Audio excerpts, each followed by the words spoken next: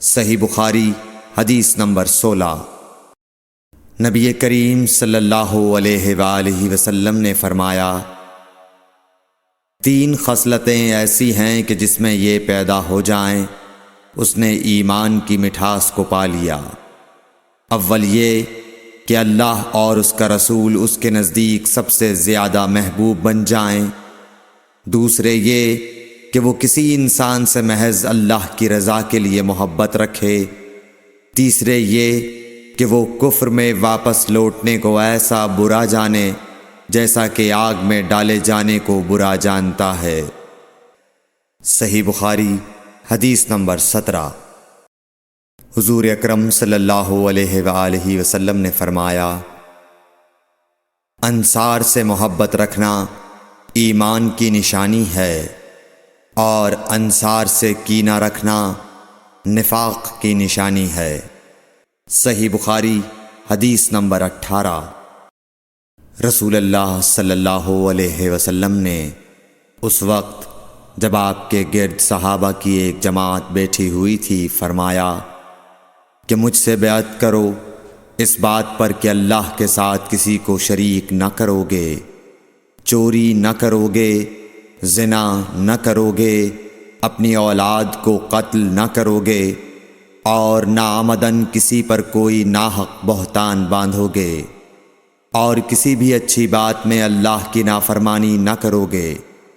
جو کوئی تم میں اس عہد کو پورا کرے گا تو اس کا ثواب اللہ کے ذمے ہے، اور جو کوئی ان بری باتوں میں سے کسی کا ارتکاب کرے اور اسے دنیا میں اسلامی قانون کے تحت سزا دے دی گئی تو یہ سزا اس کے گناہوں کے لیے بدلہ ہو جائے گی، اور جو کوئی ان میں سے کسی بات میں مبتلا ہو گیا اور اللہ نے اس کے گناہ کو چھپا لیا تو پھر اس کا معاملہ اللہ کے حوالے ہے، اگر چاہے معاف کرے اور اگر چاہے سزا دے دے۔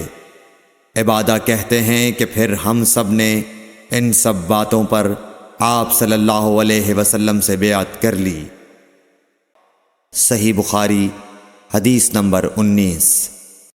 رسول اللہ صلی اللہ علیہ وسلم نے فرمایا، وہ وقت قریب ہے جب مسلمان کا سب سے عمدہ مال اس کی بکریاں ہوں گی، جن کے پیچھے وہ پہاڑوں کی چوٹیوں اور برساتی وادیوں میں اپنے دین کو بچانے کے لیے بھاگ جائے گا۔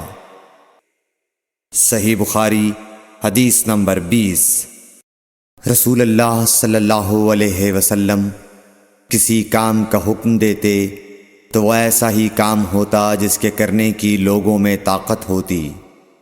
اس پر صحابہ کرام نے عرض کیا کہ یا رسول اللہ، ہم لوگ تو آپ جیسے نہیں ہیں، آپ تو معصوم ہیں، اور آپ کی اللہ پاک نے اگلی پچھلی سب لغزشیں معاف فرما دی ہیں، اس لیے ہمیں اپنے سے کچھ زیادہ عبادت کرنے کا حکم فرمائیے۔ یہ سن کر آپ ناراض ہوئے، حتیٰ کہ خفگی آپ کے چہرہ مبارک سے ظاہر ہونے لگی۔